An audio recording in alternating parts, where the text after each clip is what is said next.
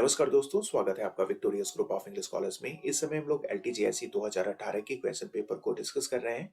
आज के सेशन में हम लोग 50 क्वेश्चंस के आगे कंटिन्यू करेंगे। हर बार की तरह इस बार भी आपको बहुत सारे एडिशनल फैक्ट सीखने को मिलेगा। तो शुरू करते हैं। क्वेश्चन पूछा है 2 इंचेस ऑफ आइवरी, ये जो फ्रेज है किस नॉवलिस्ट ने अपने प्लॉट के लिए यूज किया है? तो ये यूज किया है जेन ऑस्टिन। जेन ऑस्टिन, ध्यान रखना, रोमांटिक एज से बिलोंग करती हैं। और ये जो फ्रेज है जेन ऑस्टिन ने अपने खुद के प्रयास के लिए बोला है।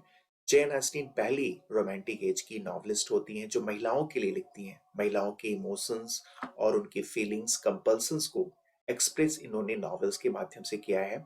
और जेन ऑस्टिन कहती हैं कि ये इनका एक छोटा सा प्रयास है और उसकी तुलना इन्होंने किससे किया है? 2 इंचेस ऑफ आइवरी से किया हुआ है।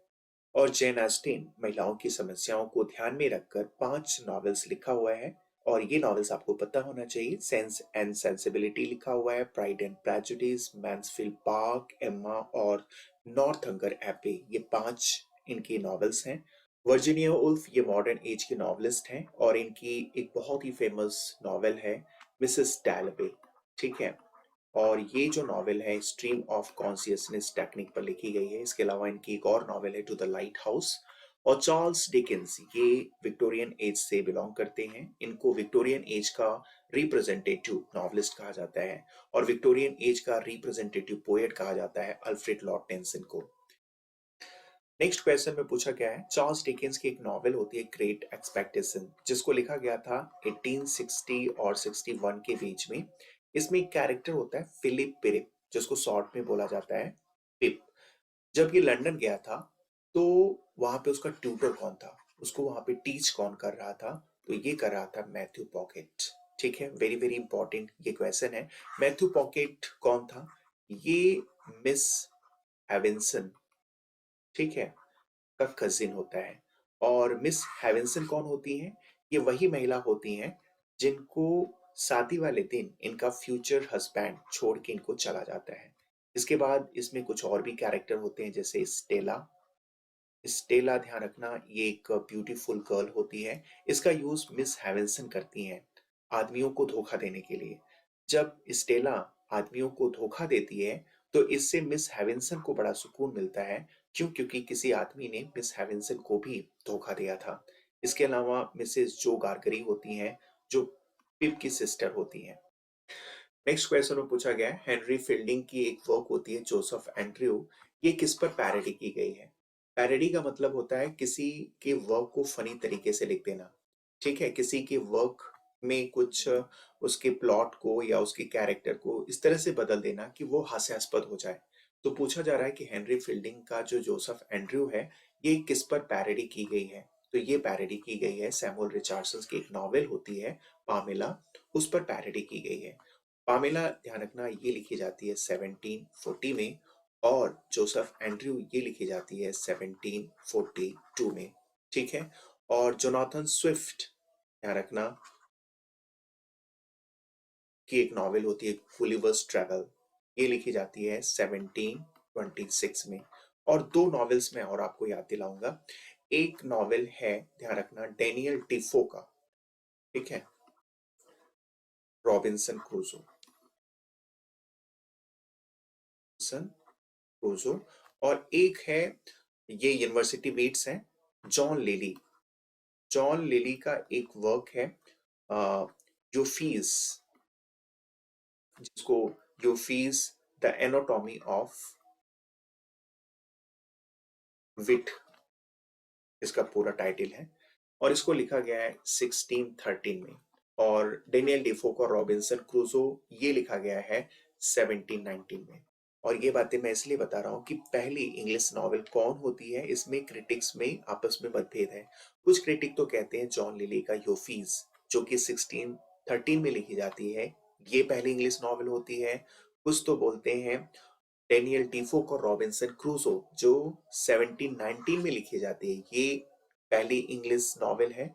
और कुछ कहते हैं जोनाथन स्विफ्ट का गुलिवर्स ट्रैवल, जो 1726 में लिखी जाती है, ये पहली इंग्लिश नॉवेल है। और कुछ तो, ध्यान रखना, सैमुअल रिचर्डसन के पामेला को भी पहली इंग्लिश नॉवेल मानते हैं, जिसको 1740 में लिखा गया है। अलग अलग क्रिटिक्स का फर्स्ट इंग्लिश नॉवेल के लिए आपस में मतभेद है।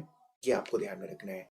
टेस ऑफ द डरवरविल्स ये टॉमस हार्डी के द्वारा लिखी गई नॉवेल है और इसको लिखा जाता है 1891 में। और ओलिवर ट्विस्ट इसको चार्ल्स डिकेंस ने लिखा था, ध्यान रखना 1837 और 39 के बीच में। नेक्स्ट लाइन में पूछा गया happiness is but an occasional episode in the general drama of pain. ये स्टेटमेंट कौन से नॉवेल में आती है? तो ये आती है the mayor of the Casterbridge. ये नॉवेल टॉमस हार्डी के द्वारा लिखा जाता है और इसको लिखा गया है 1886 में। इसमें कुल 45 चैप्टर्स होते हैं और ये जो लाइन है किसके द्वारा बोला जाता है पता है? ये बोला जाता है एलिजाबेथ जेन के द्वारा। ठीक है, और ये किसकी लड़की होती है? ये माइकल एंचर्ड की बेटी होती है और इसकी वाइफ का नाम होता है सुसैन। ठीक है, और इसमें कैरेक्टर होता है न्यूसन। न्यूसन ये वही कैरेक्टर होता है जिसको हेंचर्ड नशे की हालत में अपनी वाइफ सुसान और अपनी बेटी एलिजाबेथ जेन को बेच देता है। ठीक है, और ये एलिजाबेथ जेन का अपना पर्सनल एक्सपीरियंस होता है। वो ये कहती है कि जीवन में दर्द बहुत ज्यादा है और खुशी वो तो कभी कभी मिलती है। ठीक है, तो ये लाइन कहाँ आया है? The mayor of the Casterbridge में आया है। जोसेफ एंड्रू ये तो हेनरी फील्डिंग की नॉवेल है, इसको लिखा जाता है 1742 में। और लॉर्ड ऑफ फ्लाइज और एनिमल फॉर्म दोनों ही एलिगोरिकल फॉर्म में लिखी गई नॉवेल है। दोनों ही बहुत ही पॉपुलर और बहुत अच्छी नॉवेल्स हैं, आपको पढ़ना चाहिए। लॉर्ड ऑफ फ्लाइज को विलियम गोल्डिंग ने लिखा है, ध्यान रखना कब लिखा था? 1954 में लिखा था और इसमें 12 चैप्टर्स होते हैं। और एनिमल फॉर्म ये भी ध्यान रखना पॉलिटिकल एलिगरी है। जॉर्ज ऑरवेल ने इसको लिखा था 17 अगस्त 1945 में। ठीक है, 55 का अपोजिट कर देंगे तो 45 हो जाएगा। और एनिमल फॉर्म 2 वॉल्यूम में लिखी गई नॉवेल है। नेक्स्ट क्वेश्चन में पूछा गया हैंचर्ड जो कि मेयर ऑफ द कैस्टरब्रिज जब बनता है तो बाद में डोनाल्ड फॉर्फ्री को अपना बिजनेस मैनेजर बनाता है, लेकिन पहले किसको बनाता है? तो वो बनाता है जोसुआ जॉब को। ठीक है, डोनाल्ड फॉर्फ्री से जब उसकी मुलाकात होती है, ये बहुत ही यंग और सक्सेसफुल बिजनेसमैन होता है, तो फिर हेंचर्ड अपना बिजनेस असिस्टेंट फॉर्फ्रे को बनाता है। उसके बाद जोसुआ जॉब को उस पोस्ट से हटा देता है। और जोसुआ जॉब इसका बदला पता है कैसे लेता है? इसका बदला ऐसे लेता है कि हेंचर्ड की लव अफेयर चल रहा होता है लुसेट्टा के साथ। पूरा नाम रहता है लुसेट्टा टेम्पल मैन। तो क्या करता है हेंचर्ड और लुसेट्टा के बीच में जो लेटर्स, लव लेटर्स जो होते हैं वो उसको पब्लिक कर देता है और इसका परिणाम ये होता है हेंचर्ड और लुसेट्टा के बीच में ब्रेकअप हो जाता है और लुसेट्टा की शादी फिर किससे हो जाती है? डोनाल्ड फॉर्फ्रे से हो जाती है। और मेयर ऑफ द कैस्टरब्रिज की जब शुरुआत होती है तो ये जो माइकल हेंचर्ड कैरेक्टर होता है वो शराब के नशे में होता है। वो अपनी वाइफ सुसान और अपनी बेटी एलिजाबेथ जेन को एक सेलर जिसका नाम था न्यूसन उसको बेच देता है। ठीक है, और 18 साल के बाद कैस्टरब्रिज का मेयर बनता है। और जब वो मेयर बनता है तो फिर वो क्या करता है? सबसे पहले बिजनेस मैनेजर किसको रखता है? जोसुआ जॉब को। फिर उसके बाद किसको रखता है?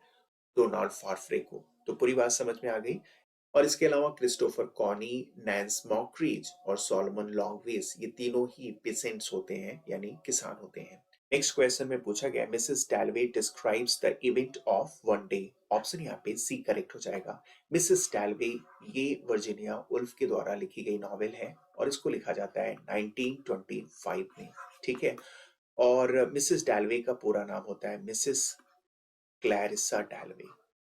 ठीक है, और ये जो है अपर क्लास से बिलोंग करती हैं और ये एक्चुअली एक पार्टी को अरेंज कर रही होती हैं। और ये नॉवेल 1925 में लिखी जाती है। आप समझ सकते हैं वर्ल्ड वॉर फर्स्ट के बाद लिखी जाती है।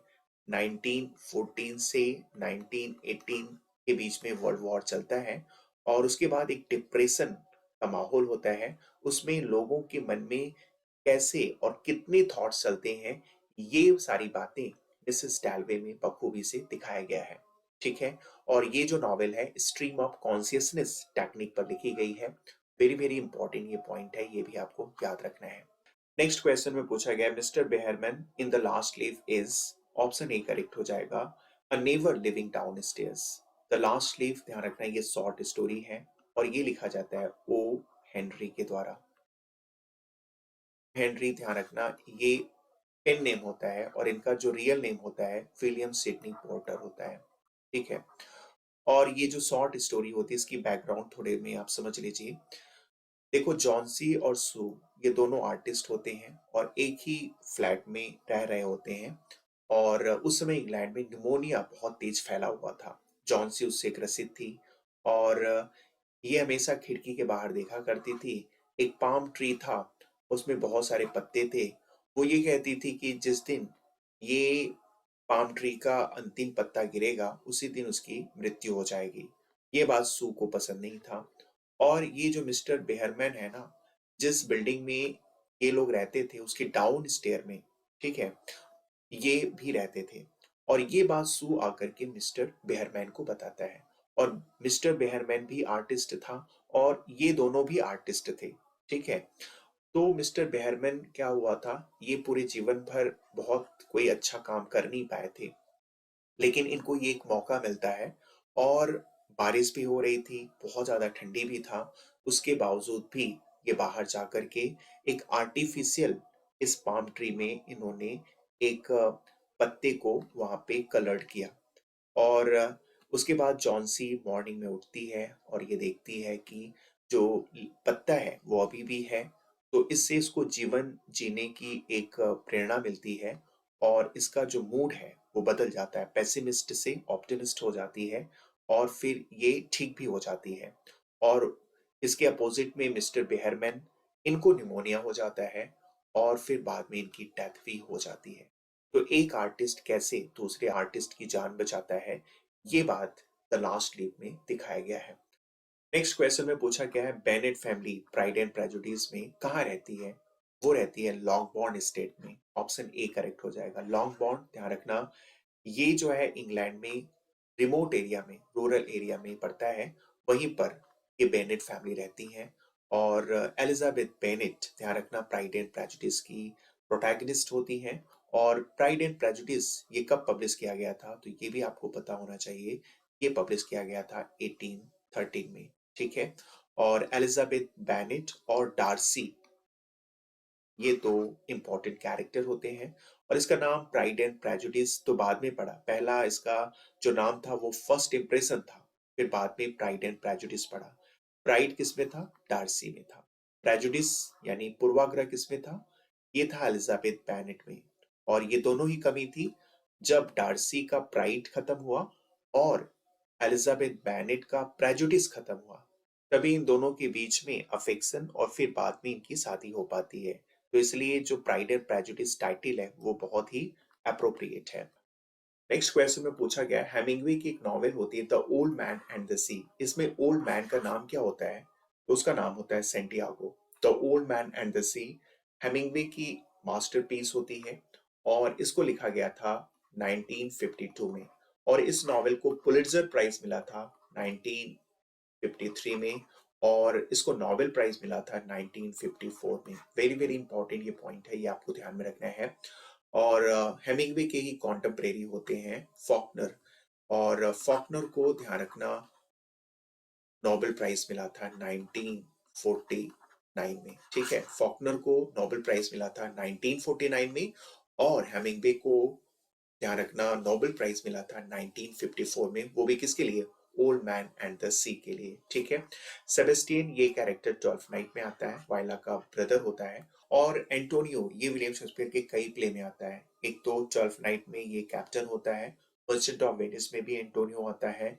इसके अलावा ध्यान रखना टू जेंटलमैन ऑफ वेरोना में भी एंटोनियो आता है, उसमें प्रोटियस का फादर होता है। और फर्डिनेंड, ये ध्यान रखना टेम्पेस्ट में आता है। और इसके अलावा लव्स लिबल लॉस्ट में भी फर्डिनेंड नेम का कैरेक्टर आता है। तो ये सारी चीजें आप ध्यान रखेंगे। नेक्स्ट क्वेश्चन में पूछा गया है all animals are equal but some are more equal than others. ये जो स्लोगन होता है या जो ये स्टेटमेंट है, ये किस नॉवेल में आता है, तो ये आता है एनिमल फॉर्म में। ठीक है। एनिमल फॉर्म आपको पता है जॉर्ज ऑरवेल के द्वारा लिखा जाता है 17 अगस्त 1945 में। ठीक है। और इस नॉवेल में ध्यान रखना, जो जानवर होते हैं ना उनकी 7 कमांड्स होती हैं। वो ये कहते हैं कि जो भी 2 पैर पे चलता है वो हमारा दुश्मन है, जो 4 पैर पे चलता है, वो हमारा मित्र है। कोई भी जानवर कभी कपड़ा नहीं पहनेगा, कोई भी जानवर कभी बेड पर नहीं सोएगा, कोई भी जानवर, ध्यान रखना, किसी दूसरे जानवर की हत्या नहीं करेगा। और 7वां कमांड्स था, सभी जानवर आपस में बराबर होते हैं। तो ये 7 कमांड्स थे, लेकिन इसमें एक कैरेक्टर होता है, नेपोलियन, ठीक है, जो कि जोसेफ स्टालिन को रिप्रेजेंट कर रहा होता है। तो ये सातों कमांड्स को ब्रेक कर देता है और उसकी जगह पर एक ये कमांड्स या स्लोगन देता है कि all animals are equal but some are more equals than others. यानी जो पिग्स है ना, उसके लिए वो अलग नियम निकाल देता है। तो ध्यान रखना, ये जो लाइन है एनिमल फॉर्म में बोली गई है। और पंचतंत्र, ध्यान रखना, ये फेबल है। फेबल यानी इसमें एनिमल कैरेक्टर्स के द्वारा मॉरल लेसन दिया जाएगा। लॉर्ड ऑफ फ्लाइज अभी अभी हम लोगों ने डिस्कस किया है, इसको लिखा गया था 1954 में। द फ्लाई, ध्यान रखना, ये कैथरीन मैnsफील्ड के द्वारा लिखी गई है और इसको लिखा गया था 1922 में। 1922 में आपको याद आ रहा होगा टीएस एलियट का द वेस्टलैंड भी लिखा जाता है 5 पार्ट्स में, आगे हम लोग डिस्कस भी करेंगे। नेक्स्ट क्वेश्चन में पूछा गया लॉर्ड ऑफ फ्लाइज, ये किसका लिटरल ट्रांसलेशन होता है? तो ये होता है बेल्जेबब का। ऑप्शन ए करेक्ट हो जाएगा। बेल्जेबब, ध्यान रखना, ये क्रिश्चियन मिथोलॉजी से शब्द लिया गया है। और जब हम लोग पैराडाइज लॉस्ट पढ़ रहे थे तो वहां पे भी बेल्जेबब मिला था। और वहां पे बेल्जेबब जो था वो सैटर्न का सेकंड इन कमांड था, ठीक है। इसकी स्पेलिंग भी देखिएगा, पूछा जा सकता है। और यहाँ पे देखो लॉर्ड ऑफ फ्लाइज किसके लिए बोला गया है? लॉर्ड ऑफ फ्लाइज एक पिग के लिए बोला गया है। उसका जो सर है वो एक डंडे में, ठीक है, अटका दिया जाता है एक पहाड़ी के ऊपर, और उसमें जो है बहुत सारे फ्लाइज आकर बैठते हैं, ठीक है, जो गंदगी का एक प्रतीक होता है। इसी को बोला गया है लॉर्ड ऑफ फ्लाइज। और ये किसका लिटरल ट्रांसलेशन होता है? बेल्जेबब का। और ये जो लॉर्ड ऑफ फ्लाइज होता है ना, ये मनुष्य के अंदर जो बुराई होती है ना, उसका प्रतीक यहाँ पे दिखाया गया है। और सैटर्न, ये तो पैराडाइज लॉस्ट का बहुत ही नोन कैरेक्टर है। और सैटर्न जब स्वर्ग में था, ठीक है, वो भी क्या था? गॉड का वन ऑफ द एंजल्स था। और वहां पे उसका नाम लूसीफर था। जब ये मतभेद होता है, जब ये विद्रोह करता है, और गॉड जब इसको बैनिस्ट करते हैं हेवन से, और जब ये हेल में जाता है, तब इसका नाम पड़ता है सैटर्न। और मेफिस्टोफिलिस, ध्यान रखना, क्रिस्टोफर मार्लो की एक प्ले होती है डॉक्टर फॉस्टर्स, उसमें जो सैटर्न का रोल प्ले करता है वो होता है मेफिस्टोफिलिस। नेक्स्ट क्वेश्चन पूछा गया यूनोका किस नॉवेल का कैरेक्टर होता है? तो ये होता है थिंग्स फॉल अपार्ट। ये जो नॉवेल है things fall apart, Nigerian novelist Chinua Achebe के द्वारा लिखा गया है। ये हम लोगों को अच्छे से पढ़ना भी है। और ध्यान रखना, ये जो थिंग्स फॉल अपार्ट है, इसका जो एपिग्राफ है वो डब्ल्यू बी ईट्स के सेकंड कमिंग से लिया गया है। योनोका एक कैरेक्टर होता है, योकोंकाओ उसका फादर होता है। योनोका जो होता है ना, वो बहुत ही, ध्यान रखना, कावर्ड और स्पेंथ्रिफ टाइप का कैरेक्टर होता है। और वहीं इसका जो लड़का होता है योकोंकाओ, वो काफी बोल्ड होता है, ठीक है। इसमें और भी बहुत सारे कैरेक्टर्स हैं। जब थिंग्स फॉल अपार्ट को हम लोग पढ़ेंगे तो बहुत ही डिटेल में पढ़ेंगे। द बैचलर ऑफ आर्ट, ध्यान रखना, इसको 1937 में लिखा गया था आर के नारायण के द्वारा। इसके अलावा ग्रेन ऑफ विट और द पीटल्स ऑफ ब्लड, ये दोनों नॉवेल केनियन नॉवलिस्ट न्यूगिवा थियोंगो के द्वारा लिखा गया है। नेक्स्ट क्वेश्चन में आपको अंडरलाइन पार्ट के लिए सही शब्द का चुनाव करना है। क्वेश्चन है what urged you on to become a social worker? ऐसी कौन सी चीज थी जिसने आपको प्रेरित किया सोशल वर्कर बनने के लिए? तो यहाँ पे जो करेक्ट ऑप्शन होगा ऑप्शन बी करेक्ट हो जाएगा, अर्ज्ड। बाकी ये जो तीनों ऑप्शंस आप देख रहे हैं, ये नेगेटिव टर्म्स में यूज हुआ है। डैम्पेन का मतलब गीला करना या कम करना, हिंडर मतलब रोकना, और डिस्करेज मतलब हतोत्साहित करना। तो ये तीनों तो नहीं होंगे, ऑप्शन बी करेक्ट हो जाएगा। नेक्स्ट क्वेश्चन है, राजा राव की एक नॉवेल होती है कांताफोरा, जिसको 1936 में लिखी जाती है। इसमें एक कैरेक्टर होती है रंगम्मा। वो औरतों को इकट्ठा करती है और उसको एक ग्रुप बनाती है। उस ग्रुप का नाम वो क्या रखती है? तो उस ग्रुप का नाम रखती है सेविका संघ। ऑप्शन यहाँ पे डी करेक्ट हो जाएगा, ठीक है। कांतापुरा, ध्यान रखना, ये 1936 में लिखी जाती है। और इसमें कुल कितने चैप्टर्स होते हैं? इसमें कुल 19 चैप्टर्स होते हैं। इसके अलावा कांतापुरा में कुछ और भी कैरेक्टर होते हैं, जैसे मूर्ति, ठीक है, ये तो इसमें मेजर कैरेक्टर होता है। इसके अलावा भट्टा, रंगे गौड़ा, बड़े खान, रंगम्मा, रत्ना, शंकर, ये सब भी इसमें कैरेक्टर्स होते हैं। इसके आगे के क्वेश्चंस को नेक्स्ट वीडियो में डिस्कस करेंगे। आज के लिए बस इतना ही। धन्यवाद। Thank you.